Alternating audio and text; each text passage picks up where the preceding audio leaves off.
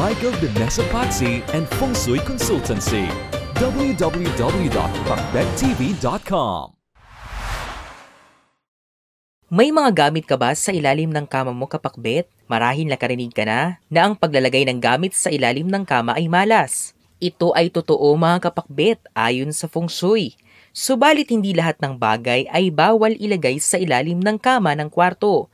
May mga partikular lang na bagay na bawal ilagay.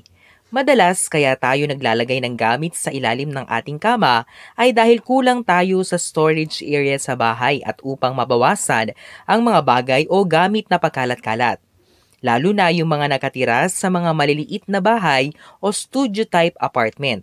Pero bakit nga ba masama ang paglalagay ng gamit sa ilalim ng kama ayon sa Feng Shui? Dapat, mga kapakbet, ang kwarto ng bahay natin ay mapayapa at walang blocked energy. Subalit, kung may mga gamit sa ilalim ng iyong kama, ito ay gagawa ng blocked energy. Sa makatuwid, hindi dadaloy ng maayos ang energy sa loob ng kwarto. At dahil dito, mahihirapan kang matulog na magbubunga ng health issues. Sinasabi rin ng iba na ang mga gamit na nasa ilalim ng kama ay dumi.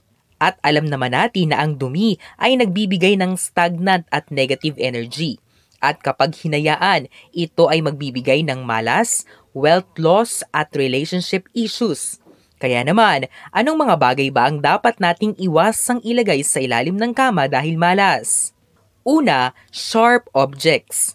Una sa mga gamit o bagay na dapat iwasang ilagay sa ilalim ng kama, mga kapakbet, ay ang mga bagay na matutulis, katulad ng kutsilyo at gunting. Kasama na rin dito ang baril, kapakbet. Sinasabi na kapag meron ito sa ilalim ng iyong kama, mahihirapan kayong matulog at maaaring kayo ay bangungutin. Ikalawa, mga bagay na nagpapaalala sa iyo sa mga bad memories. Sunod naman ay ang mga bagay na nagpapaalala sa iyo sa mga bad memories mo sa buhay. Maaaring ito ay isang love letter, death certificates, pinagluma ang gamit ng mga namayapang mahal sa buhay, lumang orasan at iba pa. Kapag meron ka nito, ikaw daw ay nakakulong pa rin sa nakaraan at mahihirapan kang umusad sa iyong buhay at harapin ang kinabukasan. Ikaw din daw ay may issues sa iyong emotional health. Ikatlo, sapatos at tsinelas. Hindi rin pinapayo ang paglalagay ng sapatos at tsinelas sa ilalim ng inyong kama. Ito ay dahil gagawin itong busy energy ang enerhiya na nasa loob ng inyong kwarto at hindi ka makakatulog ng maayos. Ika-apat, mga papel. Sa isang praktikal na pananaw, mga kapakbet, ang paglalagay ng papel sa ilalim ng kama ay nagpapadumi lamang sa paligid, lalo na kung sobrang dami ng mga tao. At kung natambakan, mahihirapan kayong linisin ang dumi na nasa ilalim ng inyong kama, katulad ng sa sapatos at tsinelas. Gagawin din kayo nitong busy sa buong maghapon at magiging pagod kinagabihan. We have crossed one more milestone. It's only the beginning. Visit our new store, Kapakbet. Unit 1004 Cityland Shaw Tower, corner St. Francis, Shaw Boulevard, Mandaluyong City.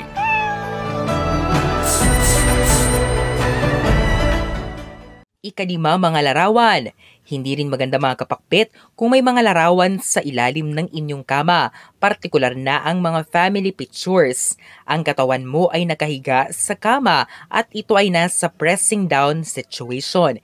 Ibig sabihin nito, mapipitpit ang iyong energy ang mga pictures na nasa ilalim ng kama at hindi ito maganda.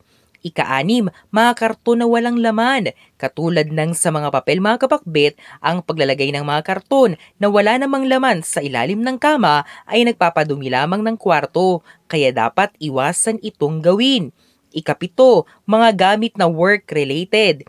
Hindi rin pinapayo na ilagay mo sa ilalim ng iyong kama ang mga bagay o gamit na may koneksyon sa iyong trabaho dahil gagawin lamang kayo nitong busy at magbubunga ng mga hindi kaaya-ayang resulta.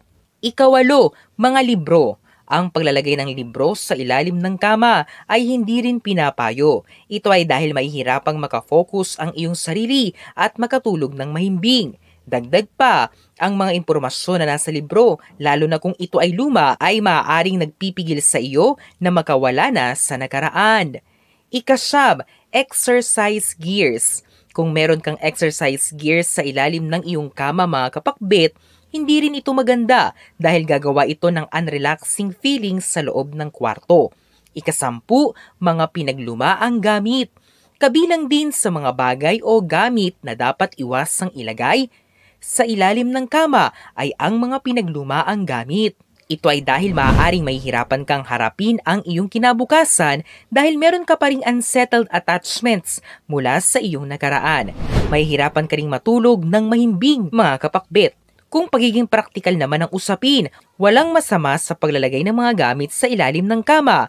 Ang masama lang ay hindi ito nakaayos ng maayos sa ilalim ng inyong kama.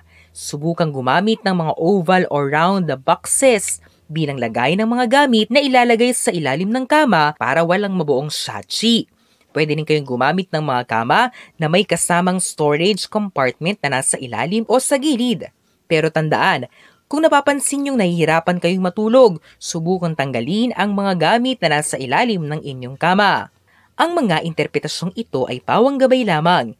Nasa sa atin pa rin ang desisyon at tayo pa rin mismo ang may hawak ng ating kapalaran. Huwag po nating kalimutang magdasal at manalig sa may kapal. Hinding-hindi niya po tayo pababayaan.